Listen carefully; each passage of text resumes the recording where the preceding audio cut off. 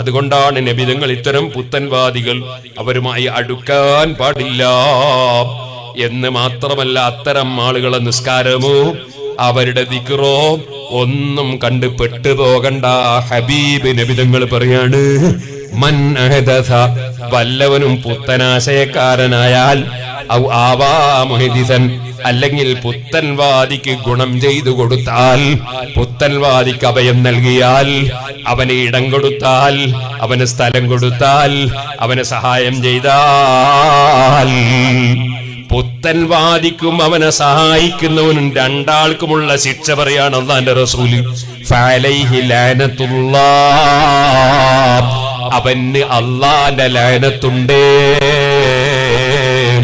വൽ മലായിക, അല്ലാഹുവിന്റെ മലക്കുകളെ ലഅനത്തുണ്ട്. വന്നാസി അജ്മഈൻ, എല്ലാ മഹാന്മാരായ ജനങ്ങളുടെയും ലഅനത്തുണ്ട്. ലാ യഖ്ബലുല്ലാഹു മിൻഹു സർഫൻ വലാ അദ്ലാ, അവന്റെ ഒരു ഫർളോ സുന്നത്തോ ആയ ഒരു അമലും പുത്തൻവാദിയെ സഹായിക്കുന്നവന്റേതോ പുത്തൻവാദിയുടേതോ അല്ലാഹ് കബൂൽ ചെയ്യൂല.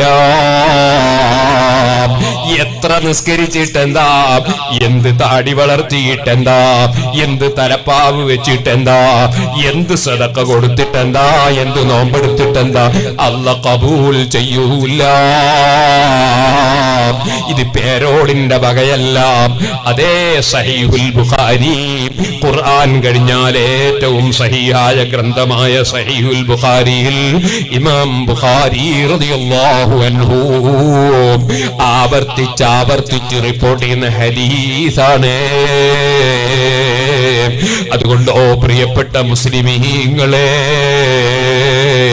ഒരിക്കലും മുനാഫികളുടെ സർവ്വ ലക്ഷണങ്ങളും ഒത്തിണങ്ങിയ ഈ മുജാഹിദ് ജമാഅത്ത് ഇസ്ലാമി തബ്ലീഗ് ജമാഅത്ത് തുടങ്ങിയ ലോക മുസ്ലിമീങ്ങളെ മുഴുവനും ശിർക്ക് ചെയ്ത മുശ്രിക്കീകളും കാഫിരീങ്ങളുമാക്കി, വിഗ്രഹാരാധകന്മാരാക്കി, അജ്മീറിൽ പോയാൽ അത് പൂജയാണെന്ന് പറഞ്ഞ് മുസ്ലിം ഉമ്മത്തിനെ കാഫിറാക്കുന്ന കക്ഷികൾ, അവർക്കൊരു സഹായവും ചെയ്തുകൂടാ, അവരോട് ബന്ധപ്പെട്ടുകൂടാ.